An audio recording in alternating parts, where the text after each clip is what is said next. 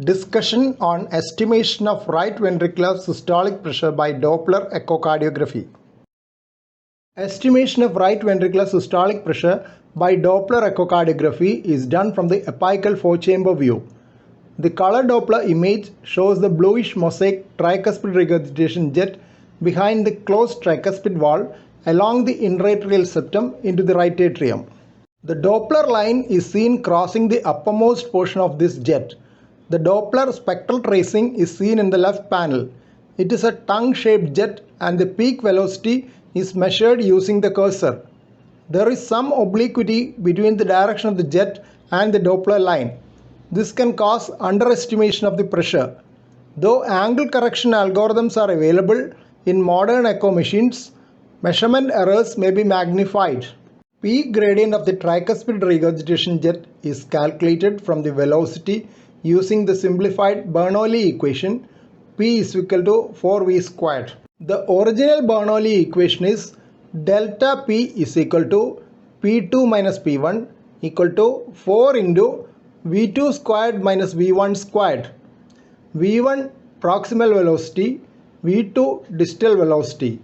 When proximal velocity is small, its square is smaller and can be ignored, leading to the modified equation.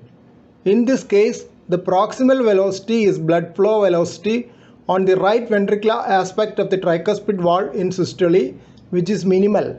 Once the tricuspid regurgitation jet gradient is estimated, adding the expected right atrial pressure gives the right ventricular systolic pressure. If the right atrial pressure is elevated, a clinical estimate of right atrial pressure from the measured jugular venous pressure may be added to the gradient to get a better estimate of RV systolic pressure.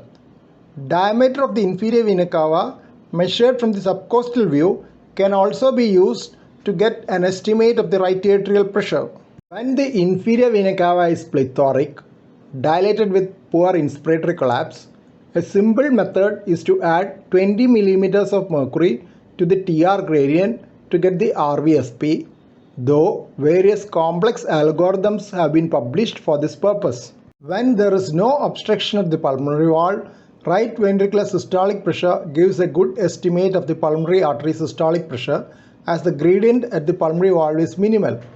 Estimates of the right ventricular systolic pressure can be erroneous if a good envelope of the TR jet is not obtained. Incomplete jets lead to underestimation of RV systolic pressure. When there is cycle-to-cycle variation in jet gradient, an average of multiple values may be taken. TR jet is usually evaluated in the apical four-chamber view. Estimation of mean pulmonary artery pressure by Doppler echocardiography. The early diastolic pulmonary regurgitation gradient will give an estimate of mean pulmonary artery pressure. Masuyama and associates evaluated pulmonary regurgitation flow in 21 patients with pulmonary hypertension and 24 patients without pulmonary hypertension by continuous wave Doppler echocardiography and compared with catheter measurements. The gradient from pulmonary artery to right ventricle in diastole was calculated using the simplified Bernoulli equation P equal to 4V squared. Peak PR gradient determined by Doppler echocardiography correlated well with mean pulmonary artery pressure. End diastolic gradient correlated with pulmonary artery end diastolic pressure measured invasively. Abbas and colleagues also used simultaneous Doppler and invasive study to validate the role of Doppler-derived peak pulmonary regurgitation gradient as a reliable non-invasive measure of mean pulmonary artery pressure. End diastolic gradient of PR will give an estimate of pulmonary artery end diastolic pressure as mentioned above. Ideally, the right ventricular end diastolic pressure has to be added to the end diastolic PR gradient to get the pulmonary artery diastolic pressure. Tricuspid regurgitation jet gradient gives an estimate of right ventricular systolic pressure. Calculation is using simplified Bernoulli equation from the measured tricuspid regurgitation jet velocity. The right atrial pressure added to the peak TR gradient gives the right ventricular systolic pressure. This will be equal to the pulmonary artery systolic pressure in the absence of right ventricular outflow tract obstruction.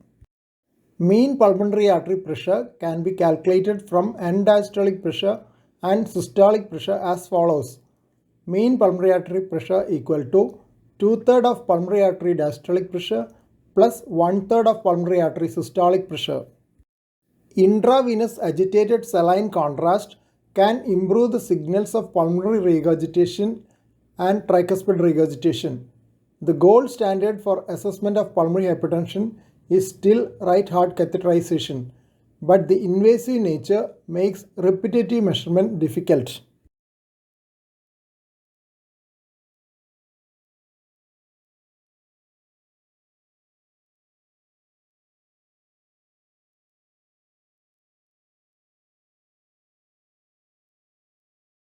Discussion on estimation of pulmonary capillary wedge pressure or left ventricular filling pressure from E by E prime on echocardiography.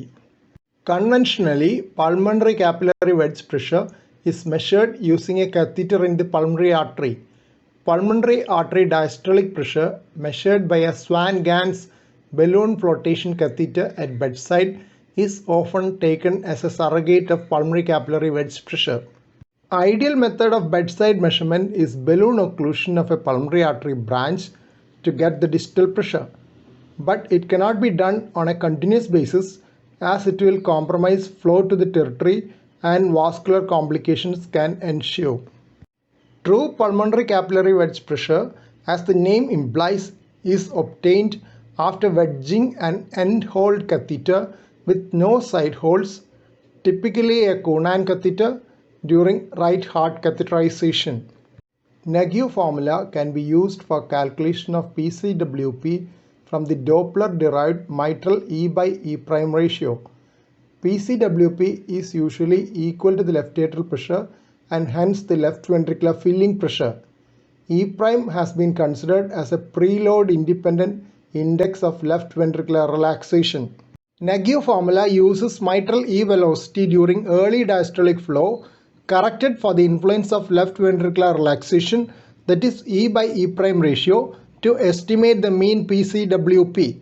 Nagu formula is PCWP equal to 1.24 into E by E prime plus 1.9. E prime was taken from the lateral mitral annulus in the pioneering study of Nagu and associates. 60 patients had invasive measurement of PCWP and simultaneous Doppler echocardiography. Comparison of pulmonary arterial diastolic pressure by an implantable device known as CardioMEMS with left atrial pressure measured from transthoracic echocardiography in 17 patients has been reported. Left atrial pressure was assessed by tissue Doppler imaging using Nagu formula.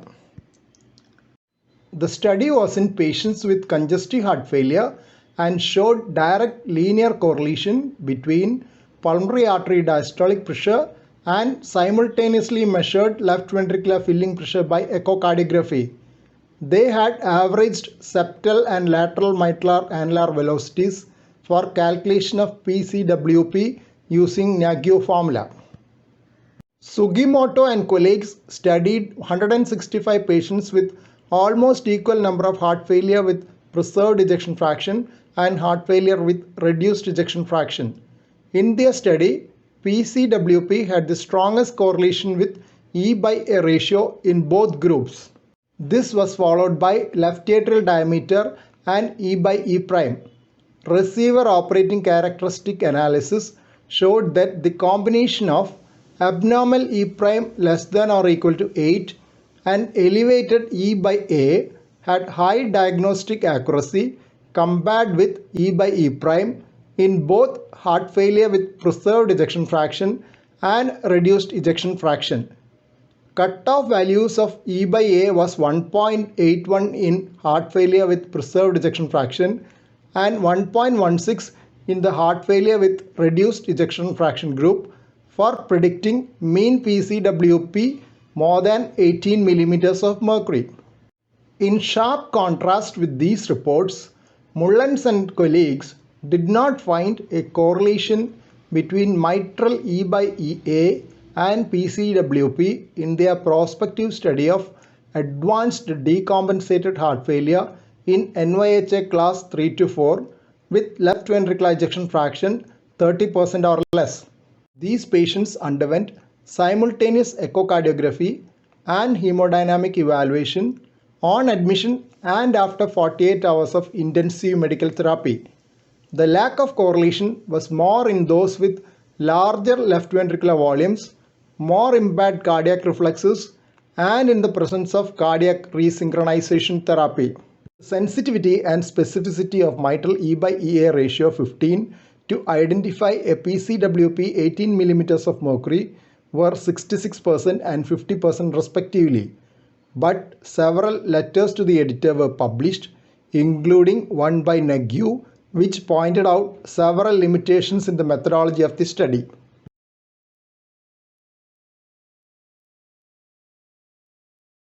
Here are the first set of references on estimation of PCWP from E by E prime. Second set of references are here. Discussion on the importance of transpulmonary gradient and diastolic pulmonary gradient. Transpulmonary gradient is defined as the difference between the mean pulmonary arterial pressure and the left atrial pressure, which is usually equal to the pulmonary capillary wedge pressure. When transpulmonary gradient is more than 12 mm of mercury in left heart disease, it is considered as out of proportion pulmonary hypertension, indicating pulmonary vascular disease. Diastolic pulmonary gradient is the difference between the pulmonary artery diastolic pressure and pulmonary capillary wedge pressure. Diastolic pulmonary gradient is important in patients with out of proportion pulmonary hypertension in left heart disease. Those with elevated diastolic pulmonary gradient have significant pulmonary vascular disease and increased mortality. A study evaluated 1,094 patients with post-capillary pulmonary hypertension due to left heart disease. In those with transpulmonary gradient more than 12 mm of mercury, worse median survival was associated with a diastolic pulmonary gradient more than or equal to 7 mm of mercury compared with a DPG less than 7 mm of mercury. Preoperative transpulmonary gradient is an important predictor of non-rejection related early mortality after orthotopic cardiac transplantation. Transpulmonary gradient was higher in those who died after cardiac transplantation. The study assessed the effect of transpulmonary gradient and pulmonary vascular resistance on post-transplant 30-day mortality. 718 adult patients undergoing primary cardiac transplantation were evaluated. A combination of transpulmonary gradient and pulmonary vascular resistance was more reliable predictor of early post-transplant survival than pulmonary vascular resistance alone. Another study of 109 recipients who underwent orthotopic cardiac transplantation also showed similar results. In this study, elevated preoperative transpulmonary gradient was associated with significant increase in mortality at 6 months and 12 months after orthotopic heart transplantation. Elevated transpulmonary gradient is a risk factor for right heart failure after heart transplantation. Jahangir and colleagues queried the UNOS database from 1987 to 2017 and included adults who had complete transpulmonary gradient data. Those who underwent retransplant were excluded. Their sample consisted of 38,243 patients. It was found that median survival was higher in low transpulmonary gradient group. Longer length of hospital stay was noted in high transpulmonary gradient group.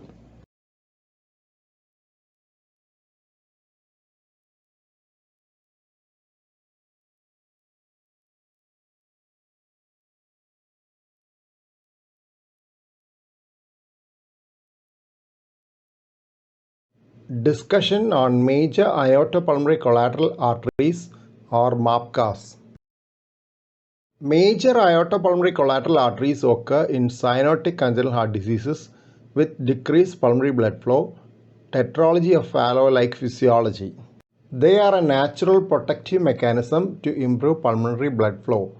MAPCAs are more likely to occur in pulmonary atresia than in simple tetralogy of Fallot. MAPCAS can also occur in conditions other than the typical pulmonary atresia with ventricular septal defect. In a retrospective review of such cases, 33 had single ventricle anatomy while the rest had two ventricle anatomy. Among those with single ventricle, 15 had unbalanced complete atrioventricular canal, 6 had pulmonary atresia with intact ventricular septum, and 12 with other forms of single ventricular physiology. Among the 17 patients with MAPCAS and two ventricles, 5 had complete atrioventricular canal, 4 had corrected transposition, 3 had double outlet right ventricle, 3 had scimitar syndrome, and 2 had complex detransposition of great arteries. A study from Stanford University reported on all infants undergoing first cardiac surgery for tetralogy of Fallot with MAPCAS from 2001 to 2019. 1068 MAPCAS were noted in 276 patients. 55% had incompletely arborizing pulmonary arteries, 17% had normally arborizing pulmonary arteries, and 16% had absent pulmonary arteries. Unilateral MAPCAS were noted in 11%. Each of the 18 pulmonary segments could be supplied either by a MAPCA, central pulmonary artery, or both. But all these variations were conducive of a good repair. Patients with low total MAPCA and/or pulmonary artery cross-sectional area were less likely to undergo complete surgical repair. Total cross-sectional area of the central pulmonary arteries and MAPCAS is an important driver of outcome. Unifocalization of MAPCAS is an important initial procedure in the surgical repair of patients with congenital cyanotic heart disease and MAPCAS. When the lungs are supplied by multiple MAPCAS, they are unifocalized prior to definitive surgical repair. Connecting the distal end of MAPCAS to a single vessel is known as unifocalization. In a report of 50 patients with anatomy other than the typical pulmonary atresia with ventricular septal defect, the initial cardiac operation was unifocalization or shunt in 34 patients. Two important measures on the size of pulmonary arteries are the Magoon ratio and the Nakata index. Magoon ratio is the sum of the diameters of the pulmonary arteries divided by the diameter of the aorta. Nakata index is the sum of cross-sectional area of the pulmonary arteries divided by the body surface area. Nakata index was initially described as pulmonary artery or PA index by Nakata and colleagues. As the intrapulmonary arteries are often larger than the intrapericardial pulmonary arteries, in tetralogy of Fallot with MAPCAS, pulmonary artery diameters measured at the first lobar bifurcation in the anteroposterior projection is used to calculate a modified Nakata index. This is assuming a circular cross-section of the pulmonary arteries. Sum of cross-sectional areas of single supply MAPCAS and single supply branches from mixed supply MAPCAS divided by the body surface area is defined as MAPCA index. Modified Nakata index and MAPCA index were added to get a total neopulmonary artery index. Patients with larger TNPAI are more likely to undergo single stage repair. This is a still frame from an angiogram with radiocontrast dye injected using a pigtail catheter kept in the right brachiocephalic artery, showing major aortopulmonary collateral artery arising from the right internal mammary artery. The second frame gives a better picture of the tortuous branches of the MAPCA. MAPCAs can originate from either of the subclavian arteries or their branches, transverse aorta, descending thoracic aorta, abdominal aorta at or below the level of the diaphragm, or coronary artery. Collaterals to the pulmonary arterial branches can also occur from bronchial arteries within the lungs. Hilar collaterals can also occur in pulmonary atresia. Unilateral ductus arteriosus and pulmonary artery arising from the aorta can also be there.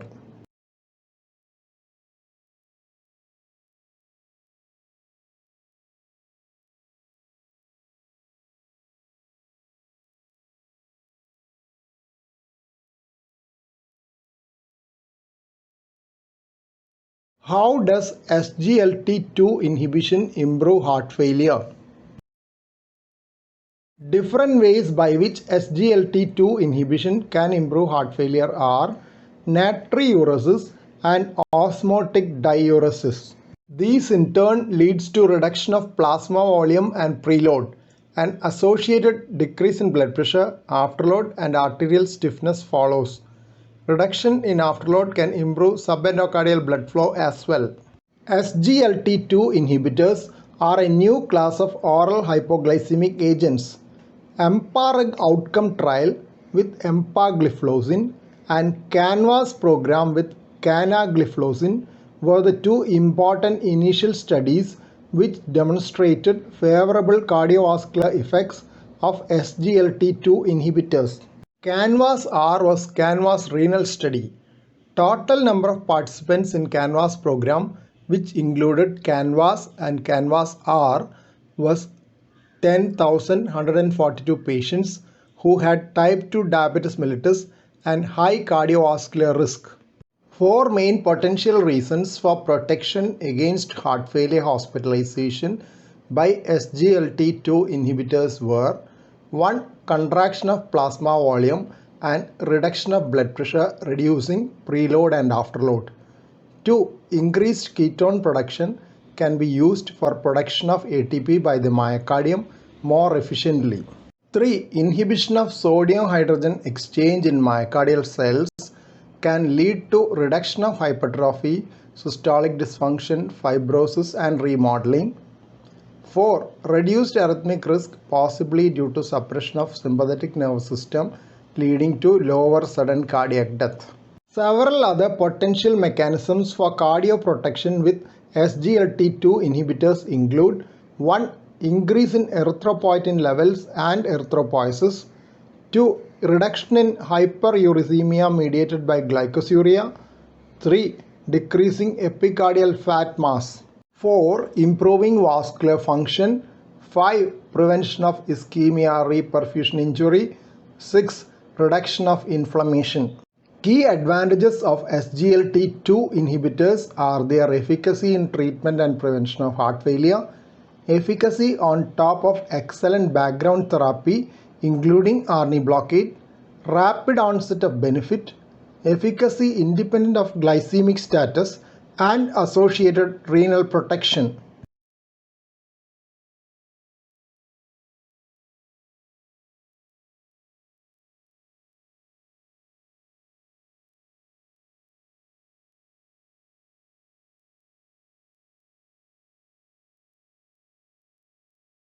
Discussion on basic echocardiographic views. Echocardiography is now not restricted to the echocardiographic laboratory. It is used in the emergency department, at the bedside, in the intensive care unit, as well as in the operating room. Hence, a basic knowledge is needed for all physicians and paramedics. Transthoracic echocardiography is often done from 4 echo windows. Echo windows are regions on the chest which permit imaging of the heart with least covering by the lungs. The 4 common locations at which the echocardiographic transducer is placed for imaging are the parasternal, apical, subcostal and suprasternal. Parasternal views are often obtained first, followed by apical, subcostal and suprasternal. A good knowledge of the anatomy of the heart is needed for interpretation of images from each view. This becomes more difficult in complex congenital heart diseases where cardiac chamber positions and size may vary. First view to be obtained is often the parasternal long axis view. This view images the heart from the base to apex long axis view. Transducer is placed in the left parasternal region and fine adjustments in angulation are made till a view similar to the left panel is obtained. Exact position and angulation will vary between individuals. Usual structures imaged in this view are the right ventricular free wall and outflow region, interventricular septum, aorta and aortic wall, left ventricular outflow tract, anterior and posterior metal leaflets, left ventricular cavity, posterior wall of left ventricle and left atrium.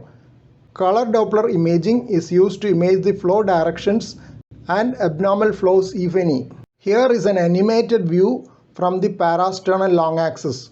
Opening and closing movements of the aortic and mitral valves are visible.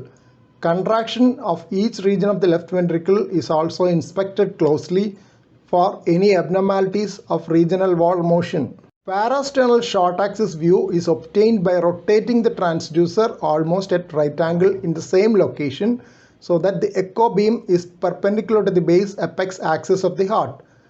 Three cuts are usually obtained in this view: the aorta, right ventricular outflow tract and pulmonary artery up to its bifurcation is imaged in the upward angulation shown in the left panel. Color flow shows the flow in the pulmonary artery.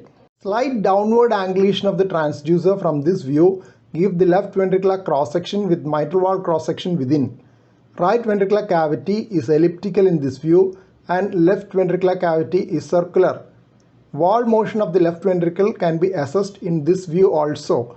Planimetry of mitral valve area can be obtained in parasternal short axis view in case of mitral stenosis. Apical views are obtained by keeping the transducer directly over the apex beat. Apical 4-chamber, 2-chamber and 3-chamber views can be obtained by rotating the transducer. Apical 4-chamber view is illustrated here. Apical 4-chamber view shows all 4 cardiac chambers, mitral and tricuspid valves and the septa. But as the echo beam is parallel to the interatrial septum, false echo dropouts can occur in the interatrial septum. Apical 5-chamber view, including the proximal aorta, can be obtained by a slight tilting of the transducer from this view. Subcostal view is obtained from below the syphis sternum in the epigastrium. Transducer rotation is needed to get subcostal 4-chamber and short axis views. Interatrial septum is best imaged in this view. Assessment of the inferior vena cava for checking the hydration status is also feasible from this view. Subcostal view is a favorite view of pediatric echocardiographers. Suprasternal view is useful in imaging arch of the aorta and nearby regions of ascending and descending aorta. Coarctation of aorta and patent ductus arteriosus can be imaged in this view. The image shows the blue colored descending aortic flow on color Doppler. Gradient of coarctation can be assessed in this view. Apart from these standard views, other modified views may also be used in certain circumstances. A right parasternal view may be used when the heart is enlarged to assess the tricuspid regurgitation jet. Dilated ascending aorta will also be visible in a right parasternal view.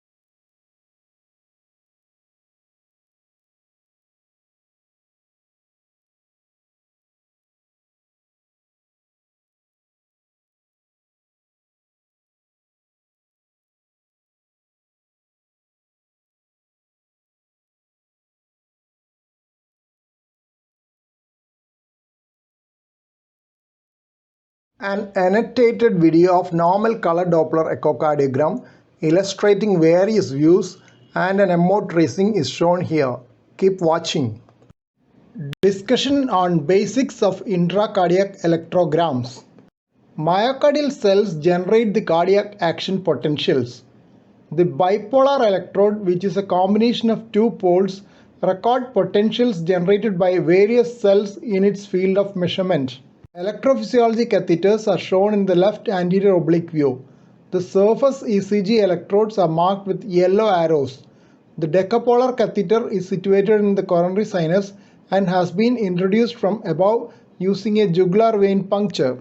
Electrodes are numbered from 1 to 10 in a distal to proximal fashion so that the distal pair is 1, 2 and the proximal pair is 9, 10. Distal electrodes record potential from the left atrium. One quadripolar catheter is positioned in the region of bundle of His and another in the right ventricle.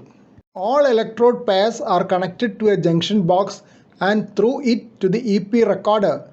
Recordings from all electrode pairs are displayed on the EP recorder. Right ventricular catheter is also used for the pacing protocols while inducing tachycardia. His bundle electrode pairs are named His proximal and His distal. The pattern of activation during sinus rhythm is studied initially to identify the sequence of activation. Changes in the sequence with various pacing protocols are assessed later. The ablation catheter is thicker and tip electrode is bigger with more surface area for the delivery of the radiofrequency energy during radiofrequency catheter ablation. The morphology and amplitude of the intracardiac electrograms depend on the type of depolarization and local myocardial characteristics, orientation of activation of wavefront in relation to the myocardium, distance from the recording electrodes, size, configuration and interpolar distance of the recording electrodes, orientation of the bipole as well as the conducting medium. Recorded potentials are due to summation of both high and low frequency waveforms. High frequency components are the sharp and multi-component parts of the electrogram like catheter contact artifacts and electromagnetic interference. Low frequency components are the dull sine wave like components and include the far field potentials. Each recording pole represents the local extracellular potential beneath them in case of unipolar recording. When there are two unipolar electrodes adjacent to each other, the potentials look similar except for the time delay. In contrast, a bipolar electrogram is the difference between two unipolar recordings. Electrograms recorded between two poles located within the heart are known as bipolar electrograms. Unipolar electrograms use an active electrode within the heart and an indifferent electrode outside the heart. Most of the electrograms recorded during an EP study are bipolar, while occasionally unipolar electrograms are also recorded. Unipolar electrograms have more localizing value and can also indicate if there is excessive pressure due to catheter contact with the ventricular wall, which produces ST segment elevation due to an injury current. The size of the electrograms will depend on the proximity of the electrode to the structure from which it originates. For example, good atrial and ventricular electrograms can be recorded from a location on the mitral or tricuspid annulus. Electrograms should be correlated with the corresponding surface electrocardiograms, though certain potentials like those originating from the bundle of His do not have their counterparts on the surface ECG. Since the recorded signal voltages are usually less than 10 mV, they have to be amplified by an amplifier capable of modifying gain as needed. The signals are then digitized with an analog to digital converter with a sampling rate of 1000 Hz. The band pass filter settings are also different for intracardiac recordings. While the low pass filter for surface electrocardiograms permits signals below 200 Hz, that for intracardiac recordings is set at below 500 Hz. The high pass filter for surface electrocardiogram is at 0.05 Hz, while that for intracardiac is 30 to 50 Hz. Notch filter is used to filter out the alternating current line voltage interference, which is set at 50 Hz or 60 Hz depending on the frequency of the supply voltage in that locality. The normal ventricular electrogram has multiple rapid components with an amplitude over 3 mV in 95% of areas. Mean amplitude may be around 6.7 mV and mean duration around 54 milliseconds. In over 95% of cases, the duration is less than 70 milliseconds. The His bundle electrogram is a sharp, biphasic or triphasic signal designated as H, normally seen between the atrial A and the ventricular V signals. when the electrode tip is near the bundle of His. Once the His potential is identified, AH and HV intervals are measured. Measurements are made from the proximal His electrode signal. The position should be confirmed by fluoroscopy and the HV interval should be normally more than 35 milliseconds and associated with a good atrial electrogram. AH is measured from the earliest reproducible rapid atrial deflection to onset of H deflection in the His bundle catheter. HV interval is measured from the onset of H activation to the onset of surface V or QRS in any lead. EP tracings in sinus rhythm. Upper three tracings are surface electrocardiograms, leads 1, 2 and V1 in white color. Next two tracings are from the His bundle catheter, His distal and proximal. The large broad deflections in this tracing is the ventricular electrogram V, while the triphasic signal prior to it is the His potential H. The deflection before that is the atrial electrogram A. 5 pairs of electrodes in the coronary sinus are numbered from distal to proximal so that CS910 is the proximal pair and CS12 is the distal pair with the other pairs in between. All the tracings from the coronary sinus electrode are in violet color. The earliest atrial activity is in the surface lead V1. The atrial activity in the His electrode comes after that, followed by the proximal coronary sinus electrodes. Distal coronary sinus electrodes pick up the atrial activity later, reflecting later activation of the left atrium. The distal coronary sinus electrodes also show the ventricular activity, which is more delayed than the ventricular activity picked by the right ventricular electrodes RVD distal, RVP proximal.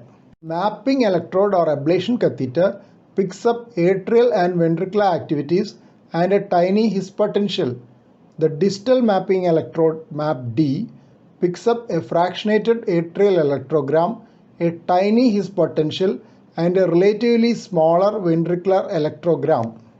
This type of electrograms are obtained while mapping the potential site for slow pathway ablation, which is between the His bundle catheter and the coronary sinus catheter in the posterior approach for AV and RT ablation. Abnormal intracardiac electrograms include fragmented potentials, double potentials and mid-diastolic potentials. Low voltage potentials are those with an amplitude less than 0.5 mV in the atrium and 1.5 mV in the ventricle. Low voltage potentials could be due to myocardial infarction, fibrosis or poor contact of the electrodes as well as due to far field defect. A fragmented signal may indicate a region of slow conduction. Pulmonary vein potentials have a rapid high frequency initial deflection and short duration. They follow the far field atrial electrograms during left atrial pacing and precedes far field electrogram during pulmonary vein pacing. A successful electrophysiological study depends on the perfect understanding of normal and abnormal intracardiac electrograms recorded. The abnormal electrograms are used to identify critical regions of focal or reentrant tachycardias which can be the targets for ablation. While conventional electrocardiograms from the body surface are recorded at a paper speed of 25 mm per second, intracardiac electrograms are recorded at a much higher paper speed of 100 to 200 mm per second. Filtering of intracardiac electrograms are also different from that of surface ECGs to reduce noise and interference. Electrograms denoting the electrical activity of structures near the electrode are termed near field electrograms, while those from a distance are termed as far field electrogram. For example, a ventricular electrode will record a near field ventricular electrogram and a far field atrial electrogram.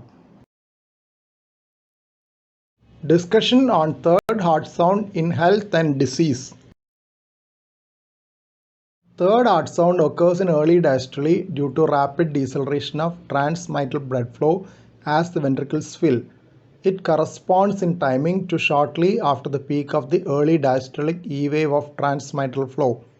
S3 occurs just after the opening of the atrioventricular valve, as blood filling the atria during ventricular systole flows quickly into the ventricles. Third heart sound can occur under physiological conditions as well as in disease, though not heard in all individuals. A prospective study of 580 patients had isolated valvular mitral regurgitation in 299, aortic regurgitation in 121, and primary left ventricular dysfunction with or without functional mitral regurgitation in 160. Association between audible S3 noted in routine clinical practice by internal medicine physicians and hemodynamic alterations measured by Doppler echocardiography was checked.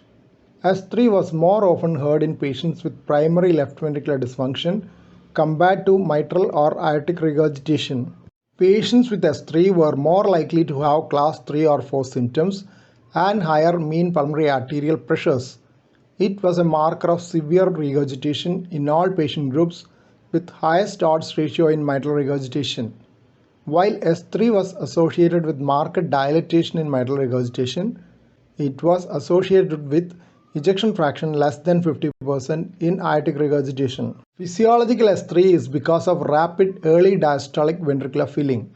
In younger individuals, atrial contraction contributes to only about 15% of ventricular filling, while in older persons with left ventricular diastolic dysfunction, this may be 35 to 40%. Hence, a physiological S3 which may be heard in young persons disappears as age increases when early diastolic left ventricular filling decreases proportionately. Physiological S3 may be heard in pregnancy as there is enhanced intravascular volume. In mitral regurgitation, S3 need not indicate left ventricular dysfunction, though the prevalence increases with increasing severity of mitral regurgitation. Left ventricular ejection fraction was lower when S3 was detected in patients with aortic stenosis or a combination of aortic stenosis and regurgitation. In MR, three mechanisms can produce S3. They are augmented early diastolic filling, increased stroke volume, and also left ventricular systolic dysfunction when present. S3 was heard in 46% of cases with MR in the study. The frequency increased with increasing severity of MR independent of left ventricular ejection fraction. In another study, 90 patients underwent phonocardiography, echocardiography with tissue Doppler imaging, and left heart catheterization. S3 was detected in 21 patients. Those with S3 had a lower left ventricular ejection fraction, increased deceleration slope of mitral inflow E wave, elevated E by E prime ratio from tissue Doppler of mitral annulus, and elevated left heart filling pressures on left heart catheterization.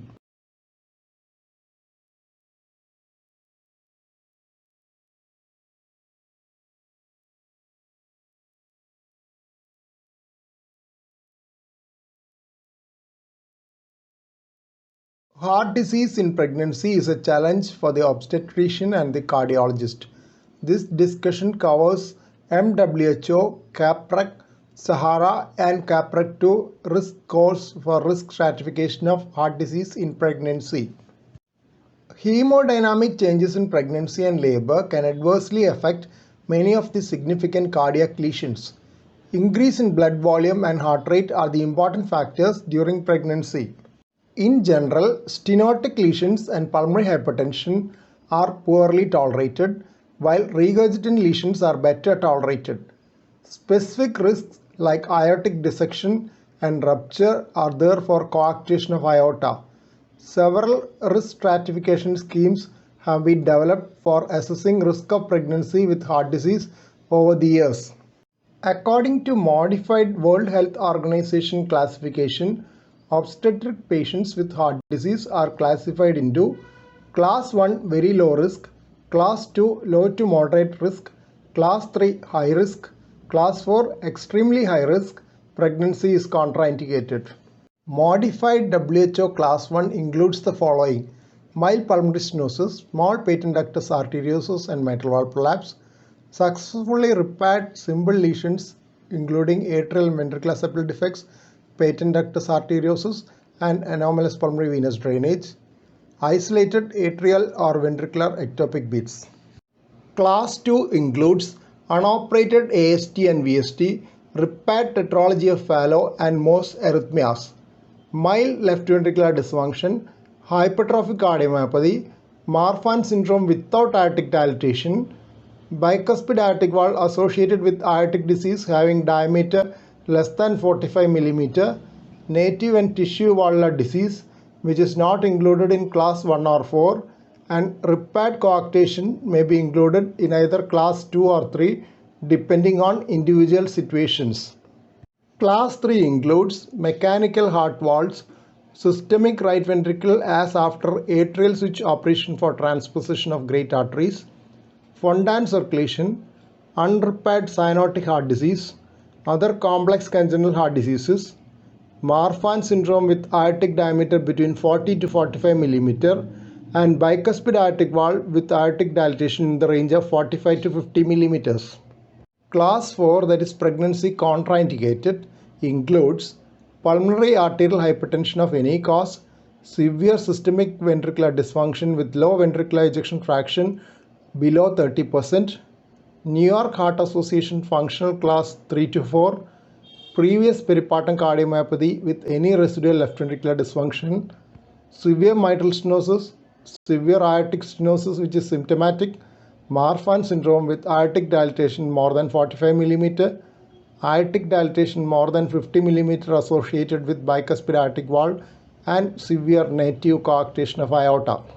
CarPreg risk score was published in Circulation in 2001 by the CarPreg investigators from Canada and actually predates the MWHO scoring system which came in Heart in 2006. 4 predictors of primary cardiac events were: 1. Prior cardiac event, heart failure, transient ischemic attack or stroke prior to pregnancy or arrhythmia. 2. Baseline NYHA class above 2 or cyanosis. 3. Left heart obstruction, mitral valve area less than 2 square cm, aortic valve area less than 1.5 square cm, or peak left ventricular outflow tract gradient of more than 30 mm of mercury by echocardiography. 4. Reduced systemic ventricular systolic function with ejection fraction less than 40%. Sahara risk predictors include: 1. History of arrhythmic event, 2. NYHA functional class above 2, 3. Left heart obstruction with peak gradient above 50 mm of mercury, 4. Mechanical prosthetic valve. 5. Moderate or severe systemic AV valve regurgitation possibly related to ventricular dysfunction. 6. Moderate or severe subpulmonary AV valve regurgitation possibly related to ventricular dysfunction. 7. Use of cardiac medication during pregnancy. 8. Repaired or unrepaired cyanotic heart disease. CarPreg 2 has been published in May 2018 in the Journal of American College of Cardiology. It improves upon their CarPreg scoring system and is based on nearly 2,000 pregnancies with heart disease from 2 advanced centers in Canada. The score is based on 10 predictors. Each predictor is assigned a weighted point score. The sum of points represents the score. CarPreg 2 risk predictors and their points are as follows: 1. Prior cardiac events or arrhythmias, 3 points. 2. Baseline NYHA class 3 or 4, 3 points. 3. Mechanical heart valve, 3 points. Ventricular dysfunction, 2 points. 5. High risk left-sided valve disease or LVOT obstruction, 2 points. 6. Pulmonary hypertension, 2 points. 7. Coronary artery disease, 2 points. 8. High risk aortopathy, 2 points. 9. No prior cardiac intervention, 1 point. 10. Late pregnancy assessment, 1 point.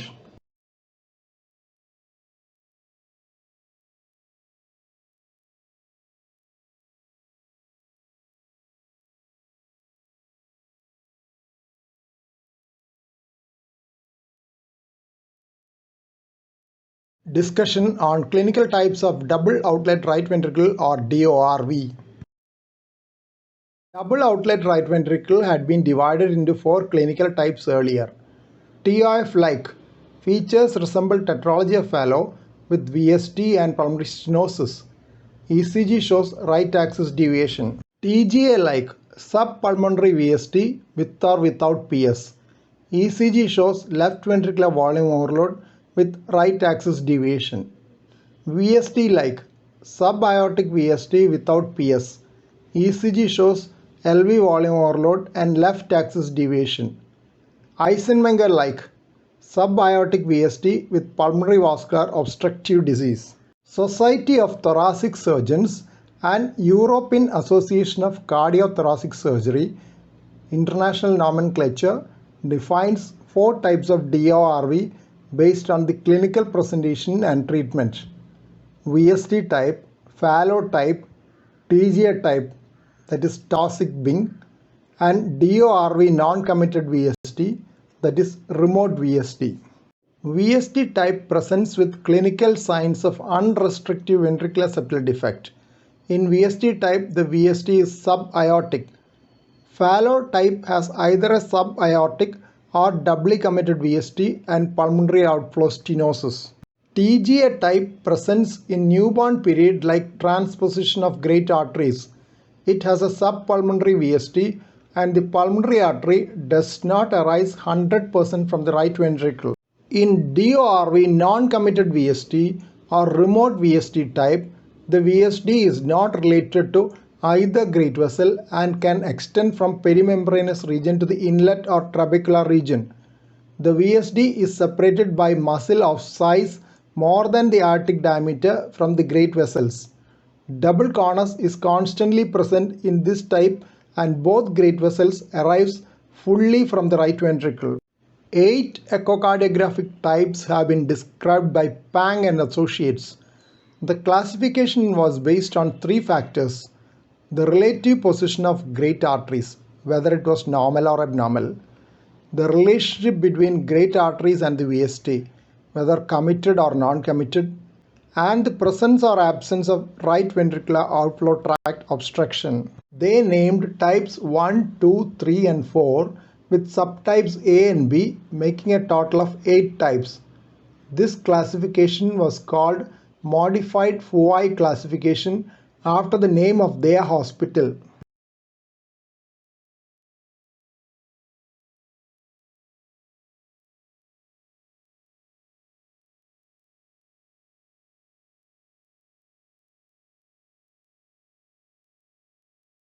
In this topic, we will discuss the pointers to associated mitral valve disease in severe aortic regurgitation.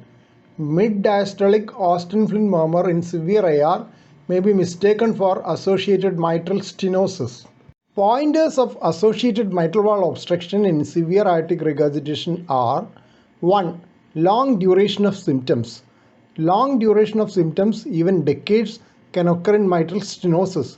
But if the symptoms are due to severe aortic regurgitation, they will rapidly deteriorate and present for evaluation. 2. Paroxysmal nocturnal dyspnea. Paroxysmal nocturnal dyspnea is more likely to occur with associated mitral stenosis, though left ventricular decompensation in severe AR can sometimes cause PND. 3. Hemoptysis. Hemoptysis can occur in mitral stenosis by various mechanisms. One of the important mechanisms being rupture of bronchial varices. These are non-existent in severe aortic regurgitation. 4. Atrial fibrillation. Atrial fibrillation is due to long-standing atrial dilatation and overload in mitral stenosis. In aortic regurgitation, by the time atria starts dilating, patient would be in a decompensated state. 5. Loud first heart sound. Loud first heart sound is due to the stiff mitral valve closing slightly later as the left atrial pressure is high.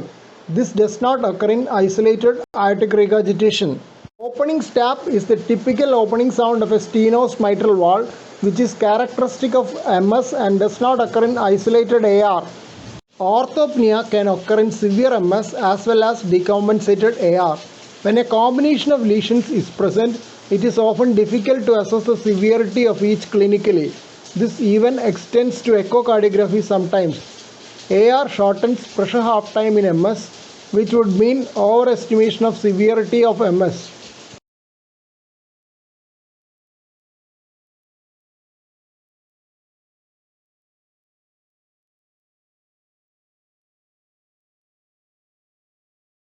Discussion on clinical features of severe aortic stenosis.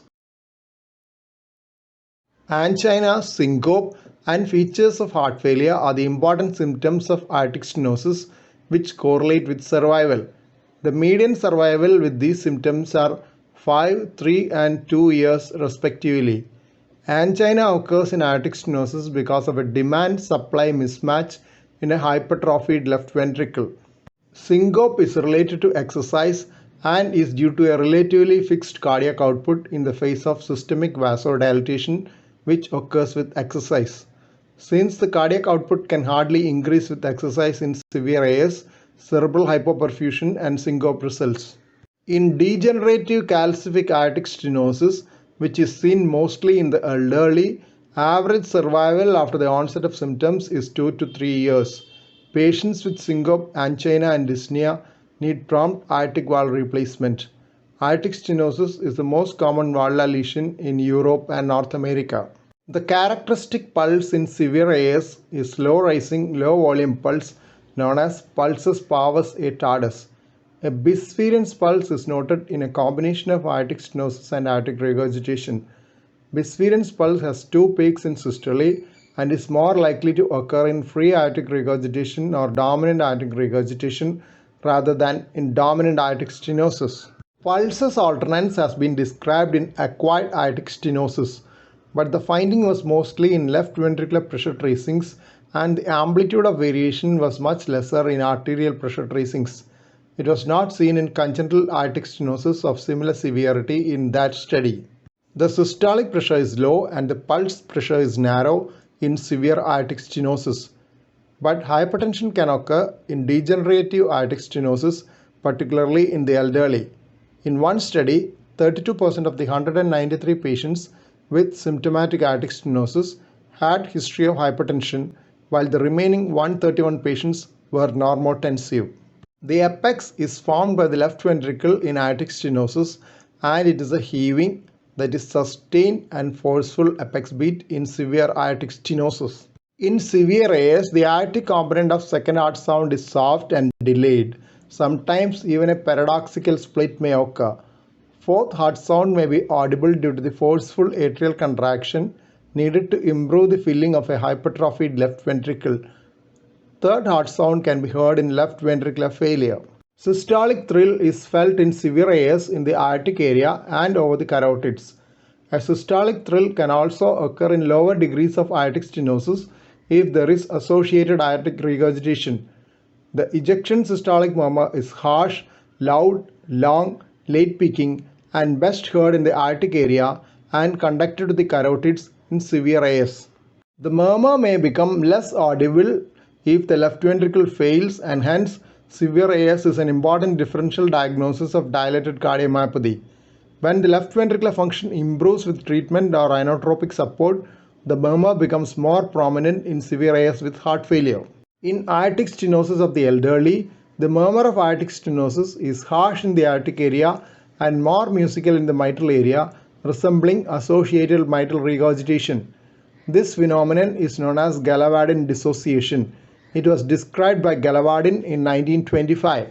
The harsh murmur in the aortic area is due to turbulent flow across the stenotic aortic valve, and the musical murmur in the mitral area is supposed to be due to the vibration of the left ventricular outflow tract. Galavadin postulated that the high-pitched musical components of the murmur of aortic stenosis were preferentially transmitted to the apex through solid tissues, while lower-pitched components were transmitted to the neck vessels through the blood flow. Giles and associates proposed that the high-pitched musical murmur could be due to associated papillary muscle dysfunction.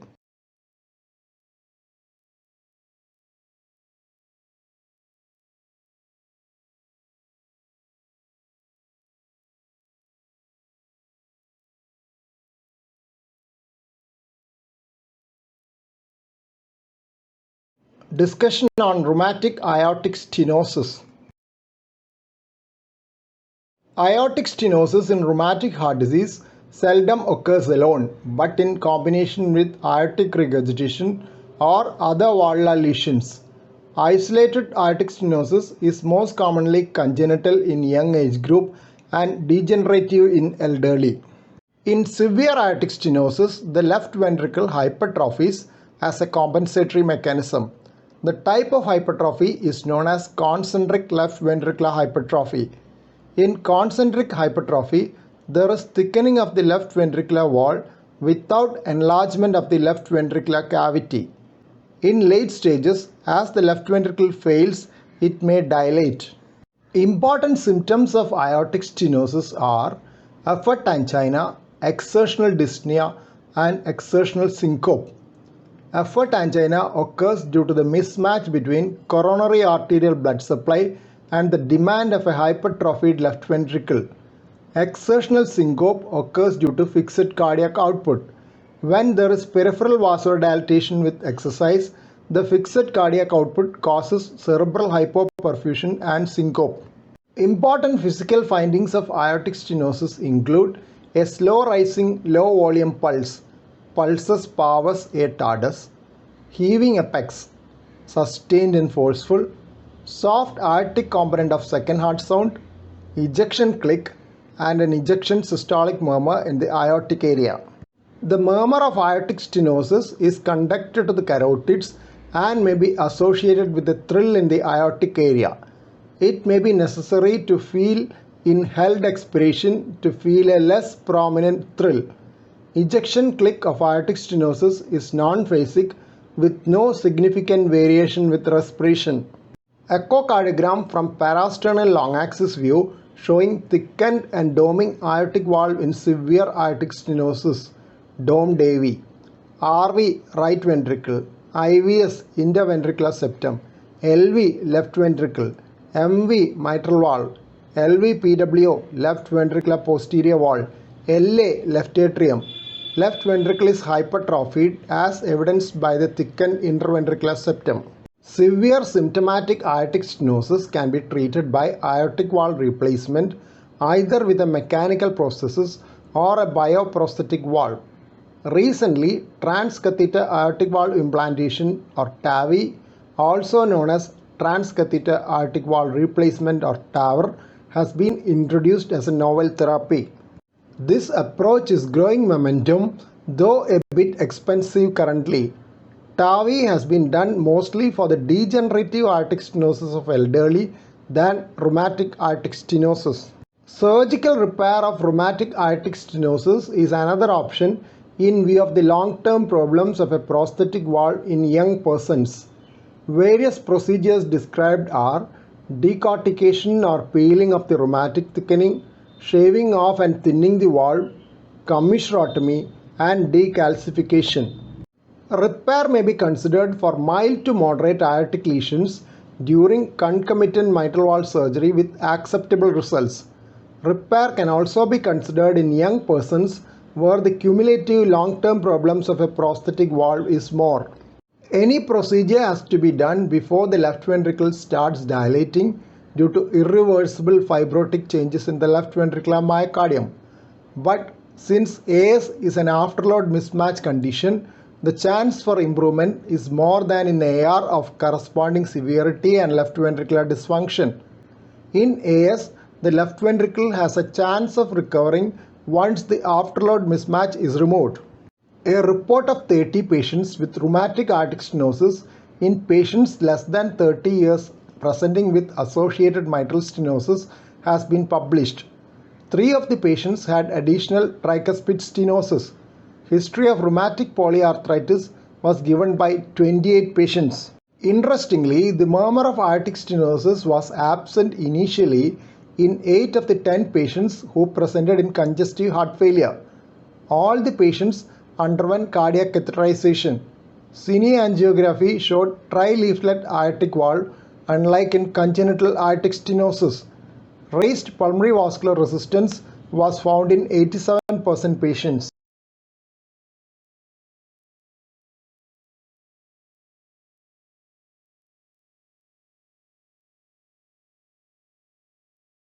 Discussion on differentiation of supravalvular aortic stenosis from valvular and subvalvular. Supravalvular aortic stenosis is often part of Williams syndrome with associated Elfin phases hypercalcemia, and learning disability. Various points for differentiation of supravalvular aortic stenosis from other varieties can be considered under the following headings. Murmur of subvalvular aortic stenosis is unlikely to radiate to the carotids. Murmur of supravalvular aortic stenosis may radiate more to the right carotid. Murmur of valvular aortic stenosis radiates to both carotids. Presence of ejection click is in favor of valvular aortic stenosis. Ejection click in valvular aortic stenosis is non-phasic or constant, meaning that it does not vary with respiration.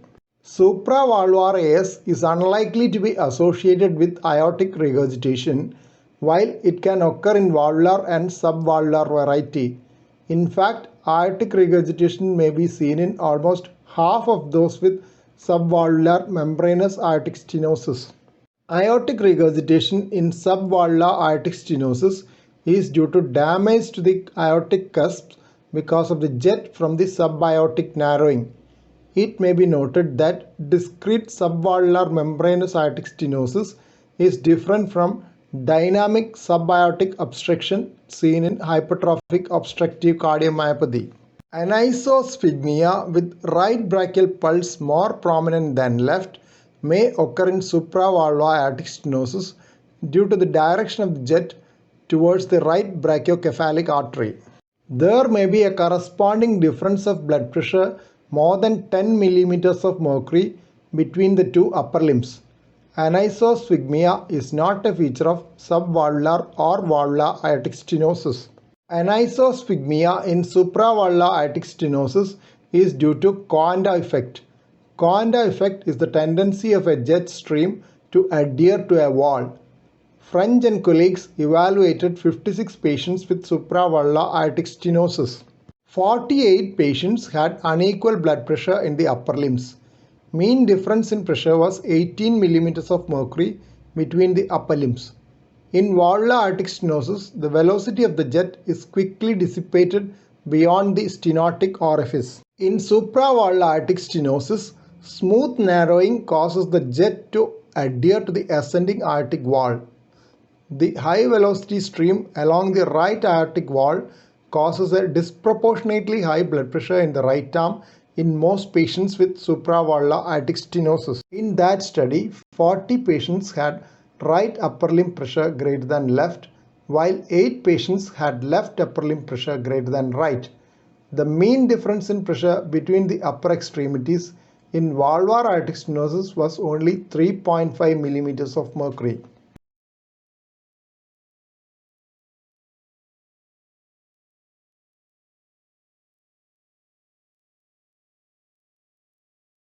This discussion is on Doppler echocardiography in aortic stenosis.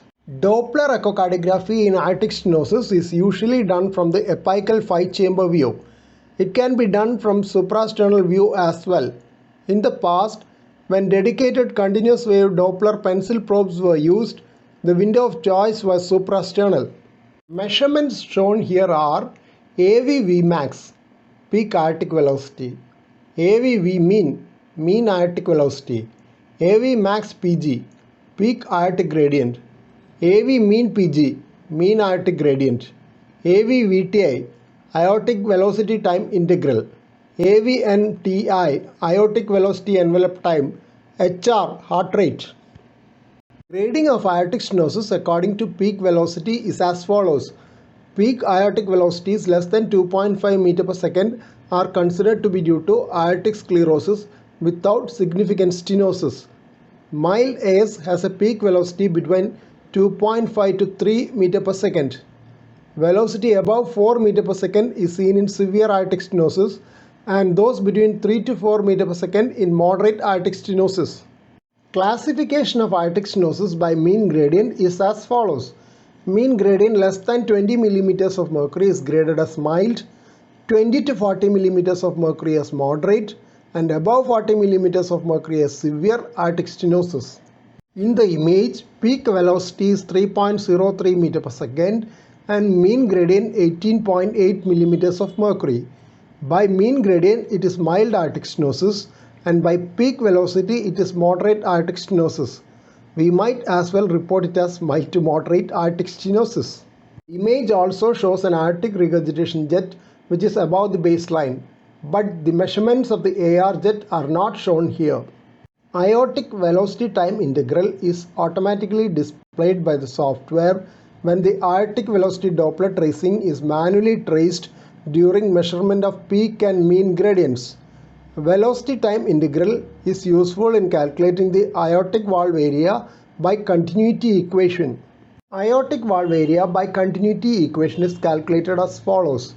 Aortic valve area equal to pi into square of LVOT radius into LVOT VTI divided by aortic VTI.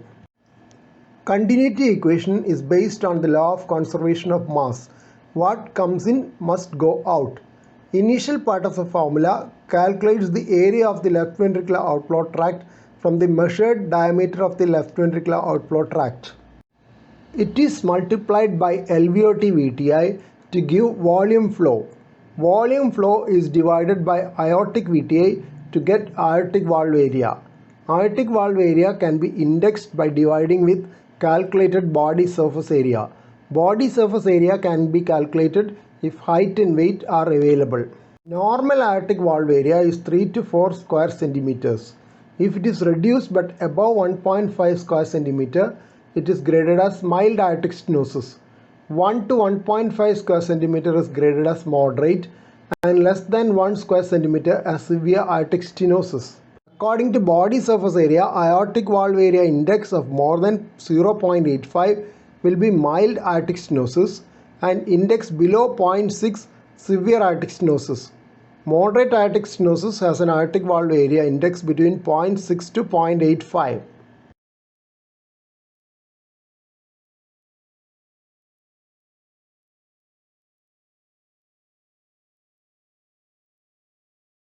Phenomenon of pressure recovery in aortic stenosis.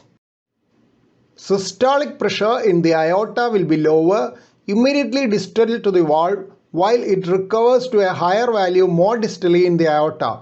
Hence, the pressure gradient measured by cardiac catheterization will be lower than what is measured by Doppler echocardiography.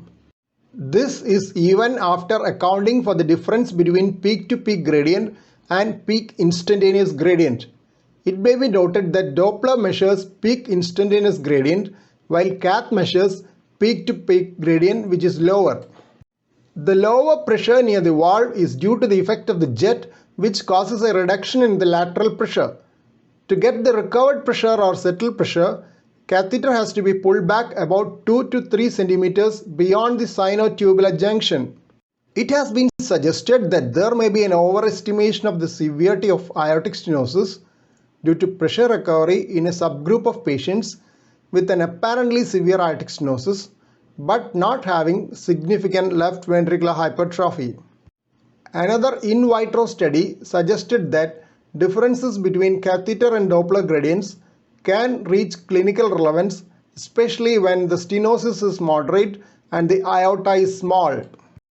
Analysis of Asian valve registry of 697 patients with aortic stenosis was done by Heo and Associates. After adjustment for pressure recovery, 24.8% of patients with severe AS were reclassified as moderate AS.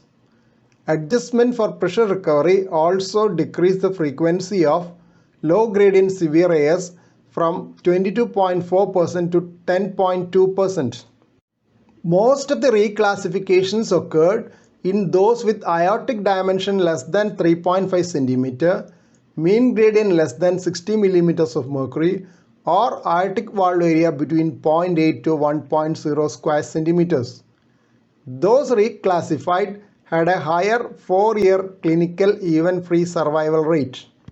Ballman and colleagues have also shown that a small aortic root was associated with a higher pressure recovery. Non-invasive determination of pressure recovery by cardiac magnetic resonance imaging and echocardiography has been described by Sackmeister and colleagues. In their study of 25 patients, reclassification occurred in 12 to 20% of patients with aortic stenosis using CMR.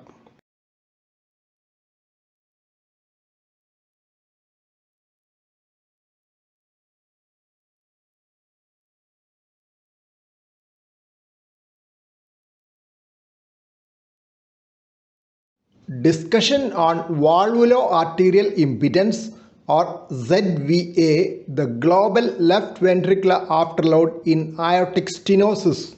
Valvulo-arterial impedance or ZVA is an echocardiographic measure of global left ventricular afterload in aortic stenosis. It accounts for the effect of both aortic stenosis and systemic arterial compliance. ZVA is the sum of systolic blood pressure and mean transvalvular pressure gradient divided by the stroke volume index. Here the systemic arterial pressure and mean transvalvular gradient are taken beyond the region of pressure recovery in aortic stenosis. This mean transvalvular gradient has been called the net mean gradient. In a study of 208 patients with at least moderate aortic stenosis, Bryan and colleagues found that ZVA was the only hemodynamic variable independently associated with left ventricular dysfunction. Ito and colleagues showed that post-operative ZVA was significantly associated with regression of left ventricular mass after aortic valve replacement. Left ventricular global afterload must be maintained low for enhancing reverse remodeling of the left ventricle. This would include optimal control of blood pressure in a hypertensive. It has been documented earlier that in patients with mild to moderate aortic stenosis, hypertension was associated with more abnormal left ventricular structure and increased cardiovascular events. Patients with moderate aortic stenosis and concomitant hypertension may have a global hemodynamic load equivalent to or more than those in severe aortic stenosis without hypertension. This can lead to development of left ventricular dysfunction and symptoms. Left ventricular ejection fraction may underestimate the myocardial systolic impairment in asymptomatic patients with severe aortic stenosis. Myocardial dysfunction has been demonstrated by 2D speckle tracking study in those with increased global left ventricular afterload, especially in those with low flow aortic stenosis. Circumferential myocardial deformation was shown to be significantly affected. High global left ventricular load was defined as ZVA more than 5 mm of mercury per ml per meter squared. It was found in 18% of the 252 patients in the study by Rick and associates. High global left ventricular load was associated with female gender, higher age, hypertension, more severe aortic stenosis, and lower ejection fraction. Multivariate Cox regression analysis showed that high global left ventricular load predicted higher rate of major cardiovascular and aortic valve events, but it failed to predict mortality in that study.